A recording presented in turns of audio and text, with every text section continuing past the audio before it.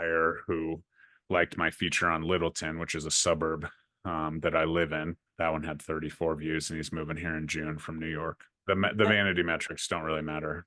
If low views are preventing you from recording your videos or even posting them, you're going to want to stick around for today's episode. We have real estate agent Jeremy Kane joining us, who's going to share his insight on YouTube and how low views on a YouTube video, yes, even the ones with 5, 10, or 17, can still sell you homes and still bring in quality leads. So stick around for this episode. And by the way, don't forget, join the email club. It's free. And every Friday you get tips around how to increase your online visibility and build a stronger business here online. All right. So Jeremy, give us a quick intro about who you are and what you do. And then we're going to dive into this conversation around videos and the views and how we can start to continue to put out content, even if we have low views or are worried about low views, while still making sales and connections. Yeah, absolutely. I've been in real estate about 10 years now, 10 and a half actually, since we just crossed over. I'm a son of a former real estate broker. I left my dad's company to join the Wolf Pack about 2.5 years ago. And so that was a big change for me, but I have it in my blood, obviously. My dad had a huge impact, and we're still buddies. He still invites me to Christmas dinner after leaving his brokerage, but that's kind of the history. And I've been a top producing agent. This last year I was number 5 at EXP in the state of Colorado. Spent some time at number 1 in volume, but I got passed up towards the end. And now I just try and help agents where I can. I have 80 agents in my organization who I train, mentor, and coach. So have done a ton on video, have 2 YouTube channels, Instagram, all the things. So yeah, excited to dive into this one. Okay, I love that. So you have 2 YouTube channels. Most agents are trying to just handle one. You like get Yep. the urge to like actually post on one because they probably have it set up. And when I say set up, they have the name and maybe a Maybe a description, banner. Yeah. maybe a banner, maybe a description. And then others may have like a video from like a year or 5 years ago. Yeah. So you have 2 YouTube channels. Let's break that down just for a second. Like, why do you have 2 YouTube channels? I have 2 YouTube channels. One is for production, and one is for agents. I have a passion to coach agents, so I produce 2 videos a week on that. And production, I produce 1 video, and I just have different layers, right? I have 2 Instagram channels. I do have 1 Facebook that is focused on production. So when I have a production video, it goes to YouTube, Twitter, Facebook, and I do have Instagram over there. And then for the agent education and training agents, I have a YouTube and Instagram. That's fantastic. And so are you managing all of the content? Like you're putting everything on YouTube, or do you have a team that now helps you with that? I have a VA that helps post the thing. So I create the content. I, utilize AI to help with descriptions and things like that. Put it in a Trello board, and then I have a VA who posts it and optimizes when it goes out and all of that. Perfect. Okay, great. So we have the YouTube channels and we have the, I was going to just say channel, but channels. We have the YouTube channels. Both are specific for one thing. So everyone's going Yeah. to it for one thing. So that's the Target channel. audience is huge, right? Like Yeah. I can't be talking about, a tactic to get clients and have clients watching it. Right. Essentially, like, so that's kind of why I separated them. The audiences are so different, and I didn't want to get confused because I still am fully in production and fully in agent attraction. So I didn't want there to be any confusion. So that target audience is huge, but that helps me a ton with content creation. Knowing exactly who my target avatar is helps me deliver content to them directly. Excellent. Excellent. Okay, so let's break that down for a second here. So we have the 2 YouTube channels, 2 target audiences. Now going into the content creation part of it, like give us an overview of, you mentioned Trello. For those who aren't familiar, it's a project management system. And how do you go about, like, now you have the idea, did you take it and what do you do with it? You got the idea and how do you filter it from there?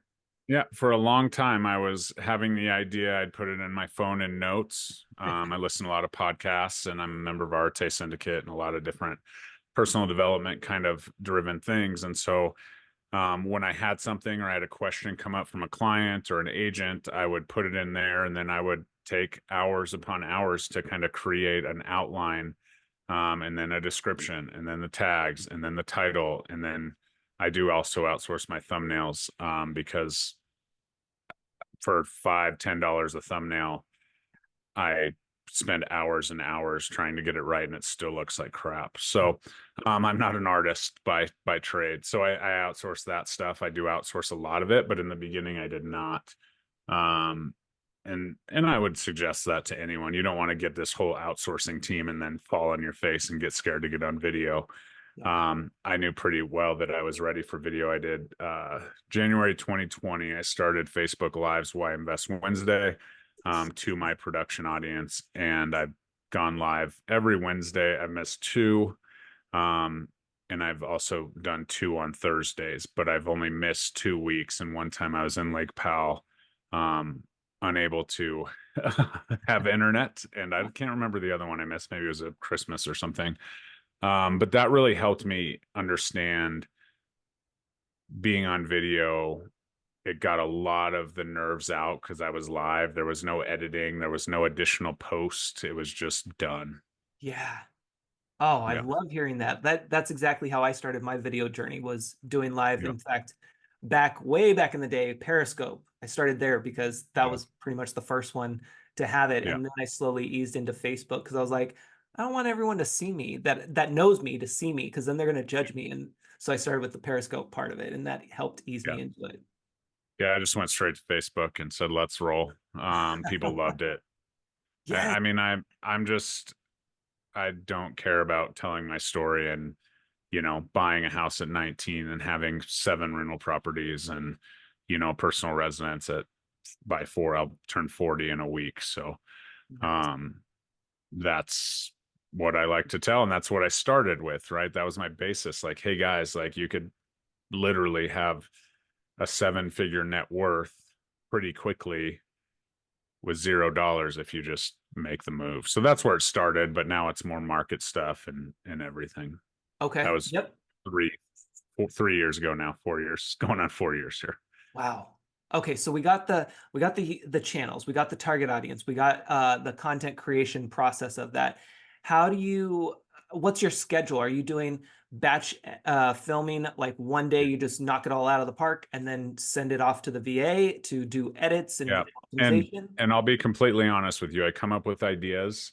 Yeah. Sometimes I come up with talking points and I roll them into my GPT, which was built custom for me by one of my agents.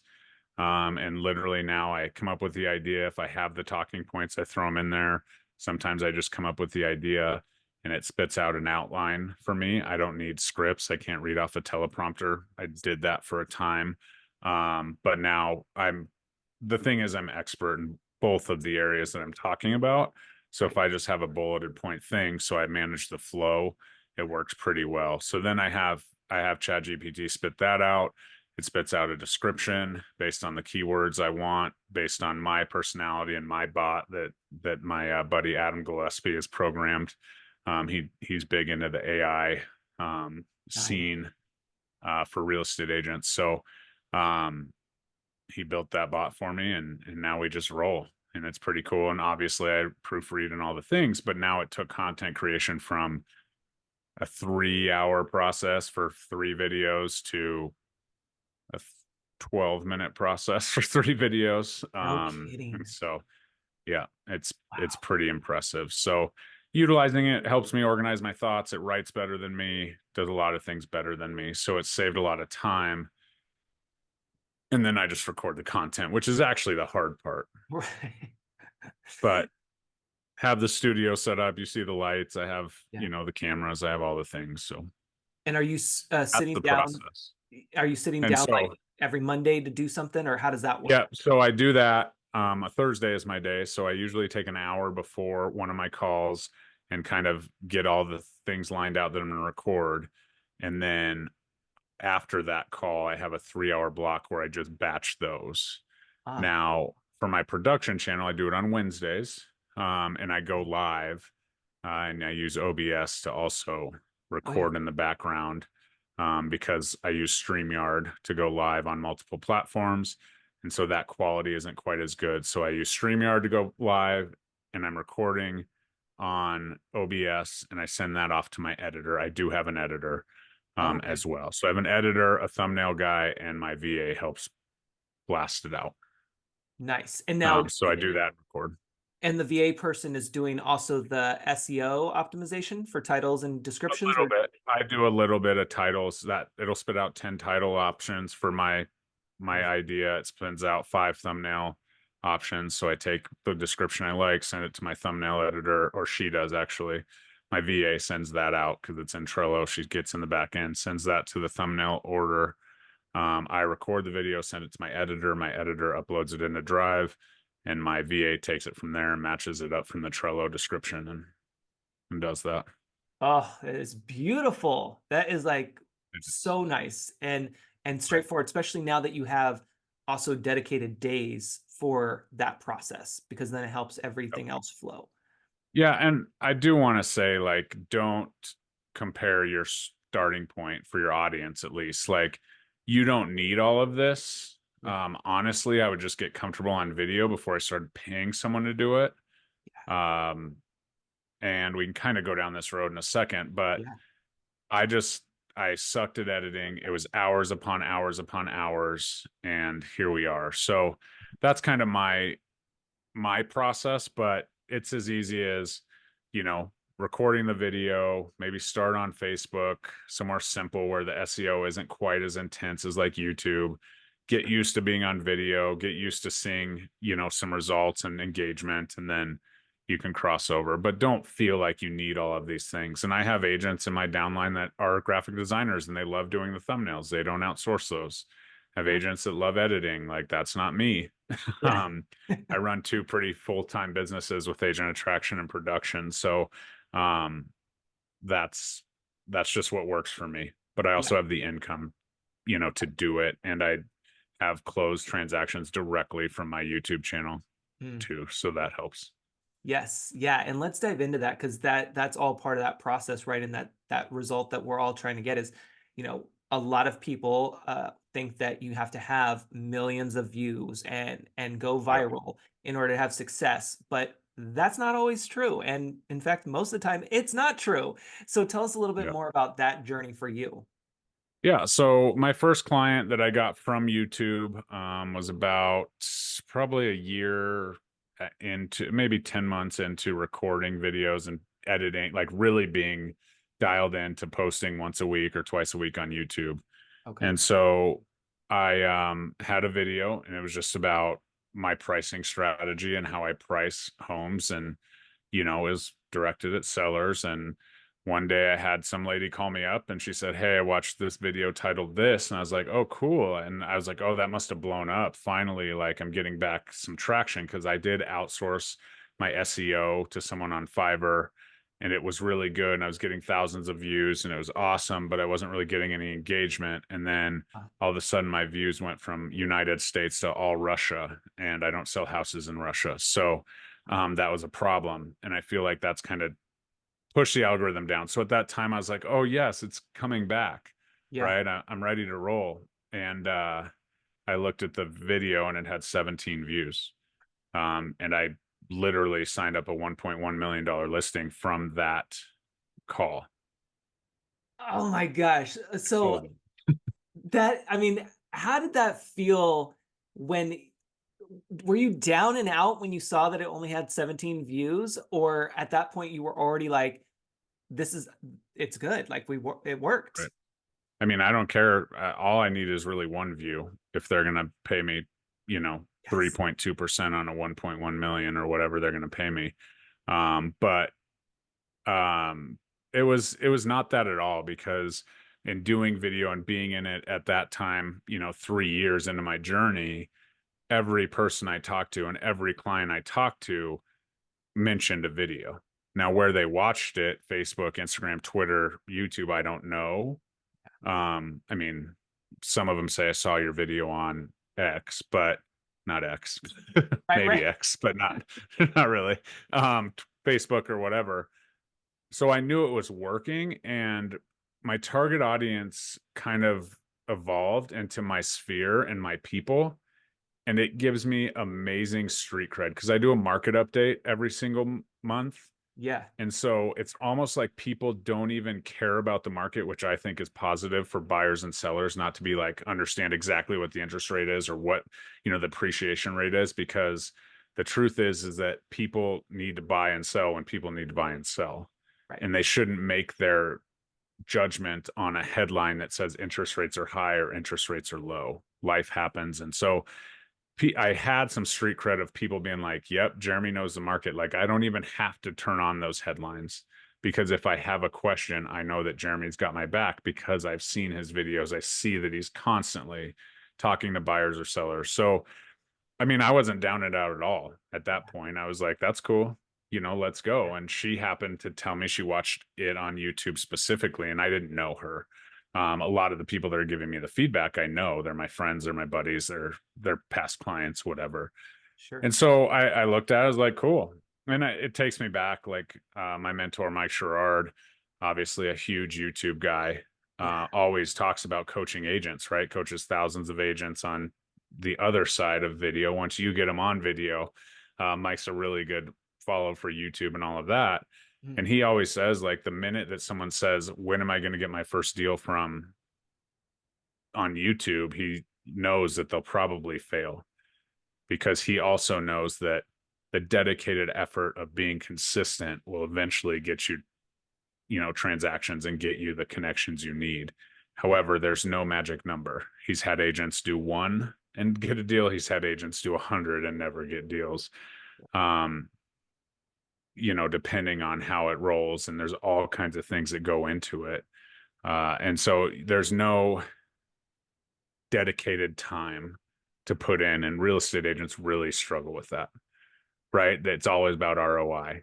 It's like, did that mailer get me, you know, any transactions? Okay, I'm going to stop doing it. I sent Yeah. that mailer 3 times, like I'm out, right? Yeah. And so if you look at video as just an encyclopedia of your knowledge and Mm. as a resource for your clients above, a lead generation source, you'll go a lot further and you can still save time. If I had no views on any of my videos, I could still save a ton of time when someone asks me, I'm looking at my channel right now, like, oh, timing the market. I have a Yes. video that I posted 11 months ago, right? And I can just send it to them. I'd say, hey, here's my opinion on timing the market, right? And it takes me 12 seconds. They can watch 10 minutes of me going on and on about timing the market and how it's never possible, really. Right. And, um, so you utilize it that way as a tool to save yourself from having the same conversation over and over and over again. Yeah, no, that's such a great point. And that's the beauty of having these videos is that it's not just to get that sale, it's to help be that resource and consistently be out there and staying top of mind because the videos live on.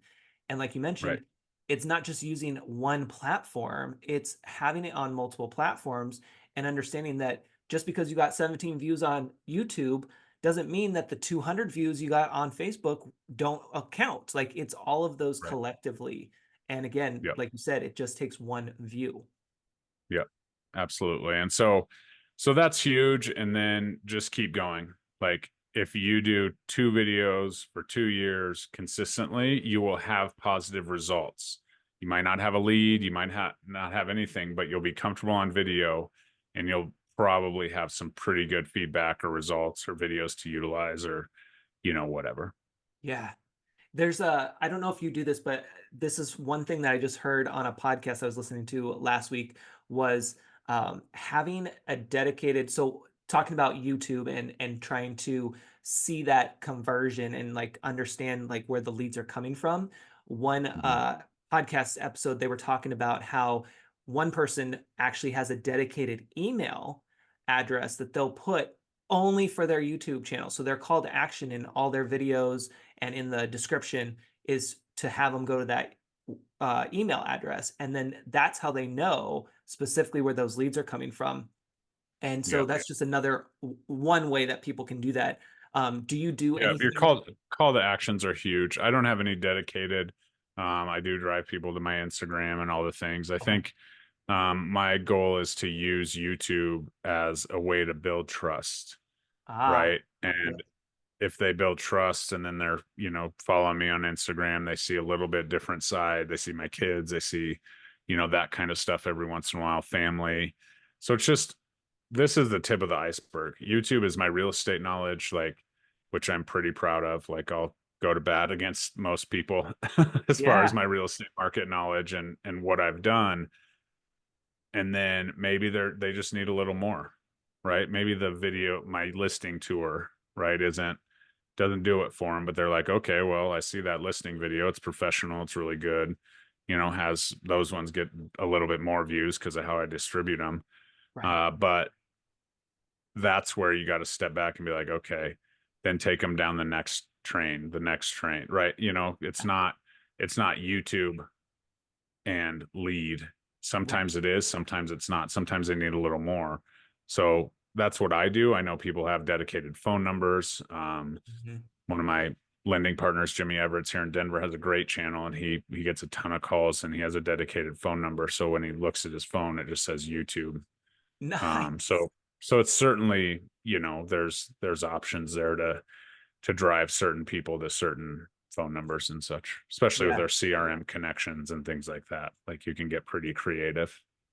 Yeah, no, and I love that you brought up your goal because everyone's going to have a different goal, and that your goal here is just to have that be your area of expertise, just sharing that with people and then driving them to your Instagram channel from there or wherever else they may go. And because we're talking about YouTube, do you focus on or even worry about uh, like, subscribe, and share the video or the channel? I do say that in there in most of them, just Yeah. because I also distribute my agent YouTube channel to podcast. So Yes. it's also, going out to there. So my call to action in the agent one's a little bit longer than my call to action. But, hey, I use Calendly, book a call for buyer consult, you know, listing console, whatever. So I have different links in the description and stuff to drive people to. Yeah. But most of the time when people reach out from YouTube, it's either actually, oddly enough, one lady called me, another guy, a lot of people message me on my Facebook business page, which is also linked obviously Interesting. there.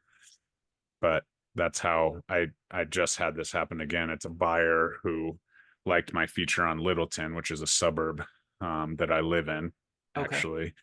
And that one had 34 views, and he's moving here in June from New York. So, And I mean, it's the that, vanity metrics don't really matter.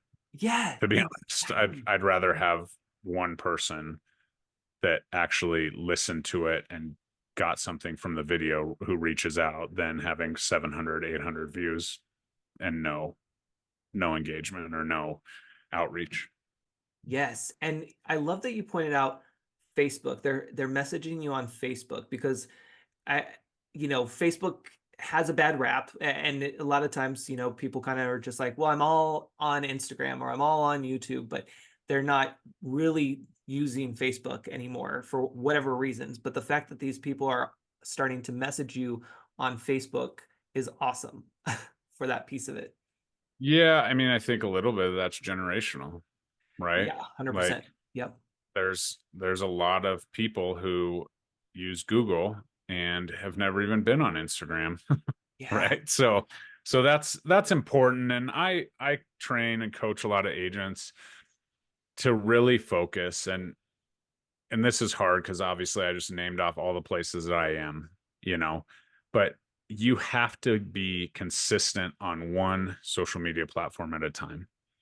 Like when I'm training new agents, I say, look, TikTok isn't Instagram and Instagram isn't Facebook. Like, don't just focus on building Instagram, getting dialed in, making content for that platform, getting consistent. If you do that for 12 weeks and you're consistent and everything's set up and running right, then maybe you can add another one only if you can stay consistent. Yeah. But since like Instagram and Facebook are linked, people just, think that they're on Instagram and Facebook because they just share across. Yep. right? And they think that TikTok's fine just throwing the Instagram, watermark on there. And I would caution people just to focus on one, YouTube too, if you're doing YouTube, focus on YouTube for 12 weeks, get consistent, like keep using the other platforms how you use them in your personal life. You don't want to like completely disappear on any audience or anything. Yep. But for business, like build one at a time, 12 weeks at a time, get consistent, and then go to the next one and get consistent on that, and then get consistent on that. But don't abandon unless you're just abandoning ship on a platform because it's not working. Um, don't try and do them all at once. Jack of all trades, master of none is social media marketing death, I think, as far as real estate goes. Yes, yes. No, and I love that you touched on the 12-week piece of it. Um, Two questions. Anything specific or why it's 12 weeks? And most people listening are probably thinking this question of how long should my videos be? Because that always comes up. Well, when I'm doing anything marketing, I say, how long do I watch a YouTube video? Or how long do I watch a Instagram short or reel or whatever? And so if you can think about that and cater to yourself as, someone who's indulging in content, then that's kind of what I would suggest. Yep. There's no magic time frame. Obviously, you have time limits on the reels and the shorts, Sure. but I mean, I think it's long enough to get your point across or get your Yes. information out there without rambling. And Yeah. so I have videos that are 4 minutes. I have videos that are 22 minutes. I have interviews that are 30 minutes. Right. And so Yep. it depends. I mean, everything's different, but I try and stay really focused. Right. I try to keep to a why, or I'm sorry, what, why it matters, lesson, apply. Ooh, I like that. So you have what, why, lesson, apply. If you can keep it in 90 seconds, it's a short. If it takes you 5 minutes, it's a YouTube video. If it takes you 10 minutes, it's a YouTube video and Facebook video, right? Yeah. And so that's just the general framework. I know it doesn't always, pan out, especially on the production side or selling houses. But if you can keep that and really dial into why people should pay attention and then teach what you need to teach or get the, 5 talking points out or 3 or whatever, and Yeah. then how that applies to the viewer's life. I mean, that's all you really need, I think. 100%. Well, and I love that you brought up earlier about not having the script, the teleprompter, because when I'm working with my video coaching clients, that's exactly what I tell them all the time is you don't need a script. Your script is your talking points and your whatever the topic is. So you have your topic and your 3, maybe 5 talking points, just so Right. that way you can, once you get started, you just go and you're the expert. Right. So it's easy for you to Right. You talk about can't, I mean, don't go out there and create a bunch of videos about stuff you have no idea what you're talking about because it. it's obvious, right? And I think teleprompter really zaps authenticity, which is super important at this stage of the game. Now, there is some cool teleprompter activity, and you can make the GPT talk like you and do all the things. That's great. Right. I just don't need it because I'm the expert. I'd have an outline, I can talk, and I also have an editor, Yeah. right? So when I drop the F bomb or something, they can, like, dang it, I'd miss that. Like, they can edit that out, right? And so that's huge. And when I do have batching, and since I do have an editor, I can have all my bullet points right here on my screen. I Yes. can read them, right? Or read one, take a deep breath, let it go silent so that your editor hears it, and then deliver to the camera, Yeah. finish, look over here, go silent for a little bit, read it, make sure I got what I say, dial it in, look at the camera, deliver. And so that makes it a lot easier. And with this day and age of jump cuts and B-roll and stuff like that, it's really easy for anybody with any editing background to do that. Yeah. No, and I love that too. I'm gonna point that out even more is that you took breaks because that Right. helps whoever's editing, even if it's you, the agent listening, that's gonna help you big time with your edits and having that break in the audio piece, which is Audio. huge. Right. So the audio bar is going, going, going, and then it goes quiet. They know that that's where they need to make a cut, usually. Yeah. Oh, that's awesome. Uh, Yeah. I know we're going to wrap up here shortly, but any other YouTube techniques or tips that you have in your toolbox there that we haven't already covered? Yeah, I mean, I think just batching content. I would say that if you're really struggling getting on video in the production space, Yeah. do interviews like mayor campaign essentially, right? It's a lot easier to do interviews like this for content because you have somebody else, you're talking to someone else. It's not as awkward. So I would start with lives so you get used to the talking to the camera piece. Yeah. And you can be in your car, you could be, at a listing, you could be at an open house, you could be at your desk, like where I like to shoot a lot of my videos. And so focus on that for that. But then if you want to grow that and be kind of the mayor of your town, just do an interview with one local business every single week or two a month or whatever your cadence is. And you will find that you're slowly not even paying attention, right? Like I sit here and I look into this camera right now, straight down the lens, and it's like I'm talking to my avatar, not a camera lens, Yes. right? I mean, obviously now I'm talking to you, so it's an Right. interview, but um, But you yeah, can get you can get that comfortable with it, and it's not as awkward, and your kids eventually stop laughing when you're just talking to your camera all day. But I think that that's huge. I think local interviews with local businesses is a great way to get out, right? I don't do that a ton. I should probably do it more because those businesses are going to share that content and hopefully grow your audience in your specific hyper local market. oh, that's such a great tip. And yeah, being able to get out and about and you're getting content, they're getting content, and now you're opened up to a new audience, which is awesome.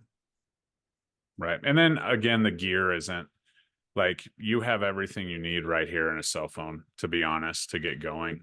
One of my Yes. good friends, Suman, came out of Austin, Texas, literally made 2 million GCI last year, and he did most of his videos with an iPhone setup. He's gotten a little more fancy now that he's broken on the scene, Sure. but 87 transactions his very first year in a new town from just his iPhone,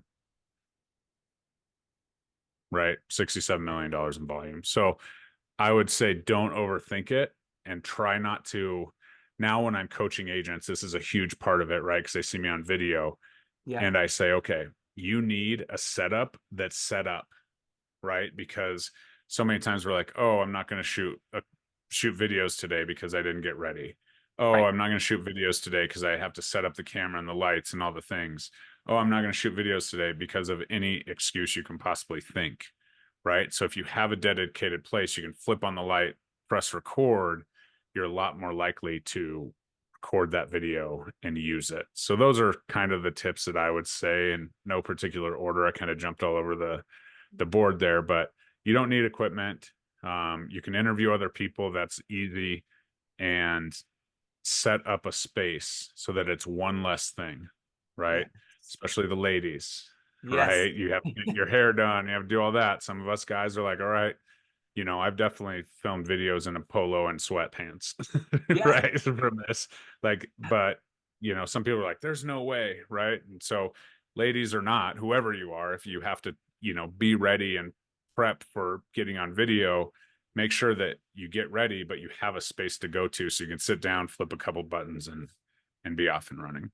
It's so true. Having that dedicated space, and it doesn't have to be a full-on studio for those who are Yeah, listening. Like you can literally just have, again, your iPhone on a tripod with some natural light. Like right now, I'm in front of two windows, but I also yeah, have a ring light. It's not on, but I have one for when it gets dark. So all I have to do is hit the button. Boom, I'm set. yeah. I can ready to go. Right. So He doesn't it's have knowing your glasses, so he space. doesn't have to figure out how to make it not Right, glare right. I know. on. Well, I do have my blue tint ones that I'll put on Yeah, sometimes. But yes, you have that piece of it too, right? And so then it's like once you have your space, that's when you can kind of know, okay, can I be higher or lower, and you move things around. yeah, So then you get comfortable. So you're like you said, you just show up. And then I always like to say you show up, you deliver, and you engage with whoever's engaging with your content. yeah. Right. deliver that to that target audience. Like I literally coach agents sometimes. I'm like, put a picture, draw a Yeah. picture of your avatar and put it right there. Glenda Baker, who's an amazing Instagram follow, I love her on TikTok. I literally, watch her all the yeah, time. her assistant Denver, they record on Saturdays. Her assistant is named Denver, or it was when she was on our call, uh, a while back, Yeah. sits there and asks her the question, and she hits record and answers it. Right. So that's the echo effect. Write down a question or a funny story or a stupid story. And he literally just takes notes all week. She sends him stuff, he collects stuff, whatever. And then on Saturdays, he comes over to her home office and he sits in a chair right here and he says, Glenda, question, question, question. She presses record, answers the question to him, but Yeah. on Instagram. And that's what you see. Well, and I love in the beginning days, I didn't know this, but she never looked in the camera. She does now, Yeah. but before she never did. And Just I was, looking at him. yeah, at the early stage, I was like, why? Why is she not looking at the camera? And then that's when I found out about that. I was like, oh, that's part of her thing. Like that's how she felt comfortable in her video journey. And then as you continue to follow, you can see how she's progressed over time. And it's Right. awesome to have that as part of your story, being Yep. able to start there where you are just to get out there. Yep.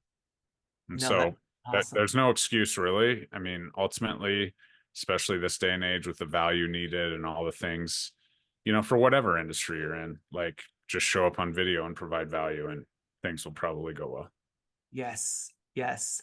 All right. So we'll have all of your links in the description for people to connect with you and check out your channels, as well as follow you on Instagram.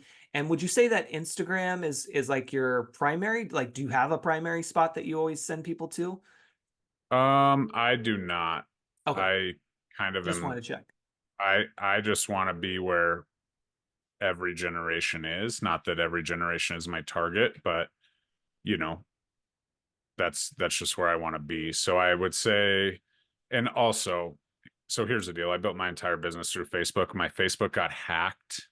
Ah, And since it was connected through Meta yep. to both of my Instagrams, they all got shut down and I couldn't get it back. And I Yep. still can't get my ads account back because of whatever the people did. So it was Facebook mostly. Then I took the time to, okay, my new Facebook and my new Instagrams. I separated my Instagrams because I felt like every single person that followed me on Instagram was a realtor. So I Oh, was like, so I just started that as my agent attraction. Then I was Facebook focused on production. Now they're a little bit blended together. I have two Instagrams, but my Facebook, like from these groups and stuff, I have a lot of real estate agent friends. But there's no there's no rhyme or reason. I try and be available because I can be consistent across all the channels. there it is, that consistency. So yeah, I would say if you want tips and that kind of stuff, the shorts are probably better snippets. But my Yeah. YouTube channel for agents is really good. I get lots of good feedback. It's not your traditional, social media only or systems and processes only. Yeah. It's pretty much everything I've done to be, a top 100 agent for the last 8 years in Ooh, Denver. I can hear the dings for all the subscribers happening right now as There we we go. speak. Absolutely. Yep. And happy to connect and always willing to chat and kind of go through some stuff and inspire and whatever anyone needs, man. Appreciate you too, Ed, for doing what you do in the space. Thank you. I appreciate that. And thank you so much for being on here to share with us about video and YouTube and really encouraging more agents to start their video journey and continue with that, even if they're not seeing what they think are successful numbers in terms of views or subscribers or, all of those things. It really does give a fresh spin on what we're doing and what we need to be doing. So I appreciate Yeah. that. It's almost like a different kind of imposter syndrome, right? You Yes. always see this stuff and the vanity metrics are so high, right? And you're like, oh, that person's perfect. That person's selling all the houses. No, that person just posted the same house 4 times. And if they're savvy, they just change the picture, Yeah. right? But it's the same house and they really only closed one and it probably didn't even get to closing Or those right views the weren't first even time. Yeah, or those views weren't Right. even in their local market, which is the only Yep. spot that they're selling homes. Right. And so that's huge. And don't just look at that. You don't know, because literally I was paying someone $5 a video to optimize and get me a bunch of views in Russia. Like at the end of the day, and so you don't know where the views come from. You can buy subscribers, you can buy followers, but just get to know people through their content and be authentic in your own, and it won't steer you wrong. It's awesome. Thank you so much, Jeremy, for being here. And if anybody has any questions for Jeremy or just wants to connect, be sure to use the links down below. And if you need anything from me, feel free to use my links down below as well. And we look forward to chatting more later. So let's get rolling and have it Yes. again. Yep.